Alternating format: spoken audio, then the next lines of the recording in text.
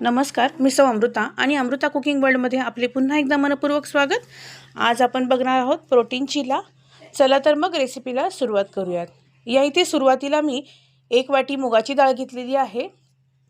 तर ही साल नसलेली मुगाची डाळ आहे। इथे तुम्ही सालाची मुगाची डाळ घेतली तरीही चालेल। त्याचबरोबर मी मूठभर इथे हरभऱ्याची डाळ घेतलेली आहे। सोबतच तुम्हाला आवडत असेल तर यामध्ये मूठभर उडदाची डाळही वापरू शकता। तर या दोन्ही डाळी आपल्याला स्वच्छ धुवून घ्यायच्या आहेत आणि 5 ते 6 तास याला आपल्याला भिजवून घ्यायचा आहे।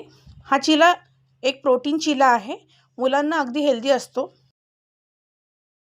असा प्रोटीन चिला मुलांसाठी खूप हेल्दी असतो, तर नक्की करून पहा। त्यातील पाणी काढून आपल्याला हे मिक्सरला बारीक वाटून घ्यायचं आहे।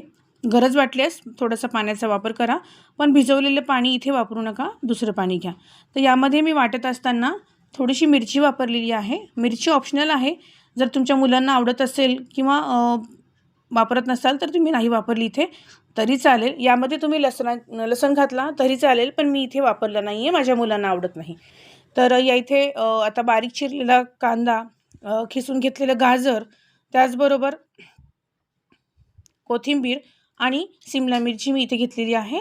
यामध्ये आता आपण बेसिक मसाले वापरणार आहोत, मसाल्यांचा फार वापर नसणार आहे इथे। तर इथे मिरची वापरलेली आहे त्यामुळे थोडंसंच तिखट वापरत आहे, ऑप्शनल आहे, नाही वापरलं तरी चालेल।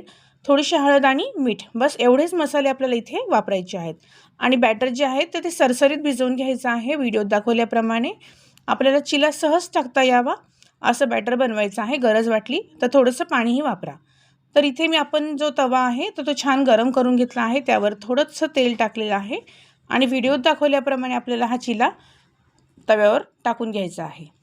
दोन्ही बाजूने छान मंद गॅसवरती भाजून घ्यायचा आहे, मोठ्या गॅसवर भाजू नका, कारण मुगाची डाळ असल्यामुळे हा चिला पटकन भाजला जात नाही, तो कच्चा राहण्याची शक्यता असते।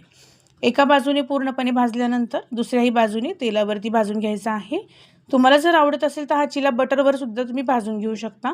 चटणी सॉस बरोबर किंवा तुम्ही तो सर्व करा। नक्की करून पहा, कसा वाटला सांगायला विसरू नका।